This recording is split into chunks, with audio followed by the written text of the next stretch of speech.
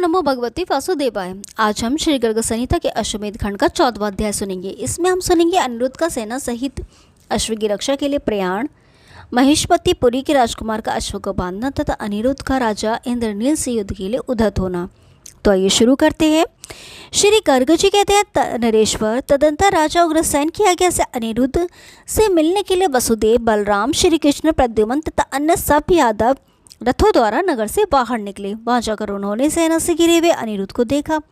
भगवान श्री कृष्ण ने पहले राष्ट्रीय यज्ञ के अवसर पर प्रद्युम्न को जिस नीति का उपदेश दिया था, वह सारी नीति उस समय अनिरुद्ध से कह सुनाई। राजन, भगवान श्री कृष्ण का वह उपदेश सुनकर अनिरुद्ध आदि समस्त यादवों ने प्रसन्नतापूर्वक इसे शिरोधार्य किया। तत्पश्चात मुनिवर गर्ग, अनन्य, मुनिवृंद, वसुदेव, बलराम, श्री कृष्ण चंद्र तथा प्रद्युम्न को अनिरुद्ध ने प्रणाम किया। वसुदेव, बलराम, श्री कृष्ण और प्रद्युम्न आदि यादव अनिरुद्ध को शुभाशीर्वाद देकर रथों द्वारा पुरी में लौट आए। नरेश्वर, अनिरुद्ध का अश्व देश देश में गया, किंतु श्री कृष्ण के भय से कोई भूपाल उसे पकड़ने का साहस न कर सके। जहाँ जहाँ वह घोड़ा गया, वहाँ वहाँ सैनिकों सहित अनिरुद्ध उसके पीछे शत्रुओं को जीतने के लिए गए। इस प्रकार विभिन्न राज्यों का अवलोकन करता हुआ अनिरुद्ध का वह अश्व नर्मदा के तट पर विराजमान महिष्मती को गया। उस पुरी में चारों वर्णों के लोग भरे थे और वह भवनों तथा प्रस्तर निर्मित दुर्ग से मंडित थी। भगवान शंकर के गगनचुंबी मंदिर उस पुरी की शोभा बढ़ाते थे। 5 योजन विस्तृत महिष्मतीपुरी राजा इंद्रनील से परिपालित थी। शाल, ताल, तमाल, वट, बिल्ब और पीपल आदि वृक्ष उसकी श्रेयवृद्धि कर रहे थे।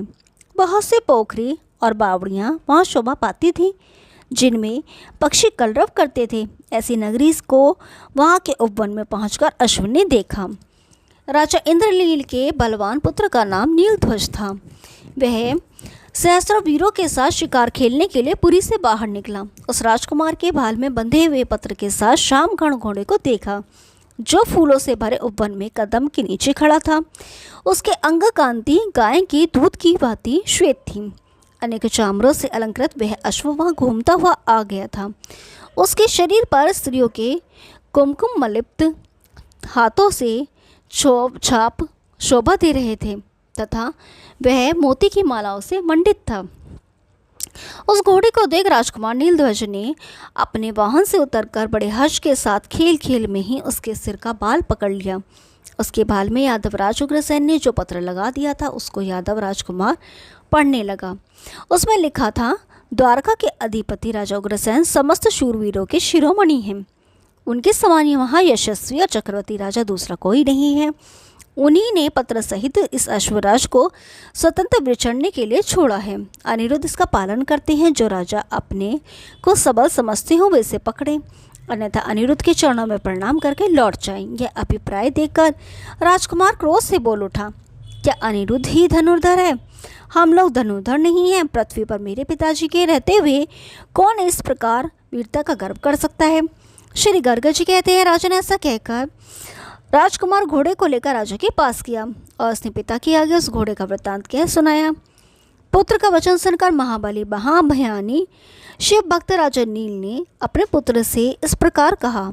इंद्रनील बोले, बेटा, पहले क्रतुश्रेष्ठ राजसूय के अवसर पर समर्थ होते हुए भी मैंने अपने कुबुद्धि मंत्री के कहने पर प्रद्युम्न को कुछ भेंट दे दी थी। अब पुण्य घोड़े की रक्षा करता हुआ अनिरुद्ध आ धमका है। अहो, देव बल कैसा अद्भुत है, उससे कौन सा उलटफेर नहीं हो सकता है। अभी थोड़े ही दिन हुए द्वारका में वैष्णववंशी बढ़ गए, अतः आज मैं अनिरुद्ध आदि समस्त यादवों का परास्त करूंगा। उस मानी को शामकर्ण अश्व कदापि नहीं लौटाऊंगा। मैंने भक्तिभाव से भगवान शंकर को संतुष्ट किया है, वे युद्ध में मेरी रक्षा करेंगे। ऐसा कहकर महिष्मतीपुरी के वीर नरेश ने सोने की रस्सी से घोड़े को बांध लिया और सेना सहित जाकर युद्ध करने का निश्चय किया। नरेश्वर, इतने में ही घोड़े को देखते हुए शोकशोहिनी सेना के साथ अनिरुद्ध नर्मदा के तट पर जा पहुँचे। राजन, साम, मधु, बृहदबाहु, चित्रभानु, व्रक, अरुण, संग्रामजीत, सुमित्र, दीप्तिमान भानु, वेदबाहु, पुष्कर, श्रुतदेव, सुनंदन, विरूप, चित्रबाहु, न्योग्रोथ तथा कवि ये अनिरुद्ध के सहायक भी वहां आ गए।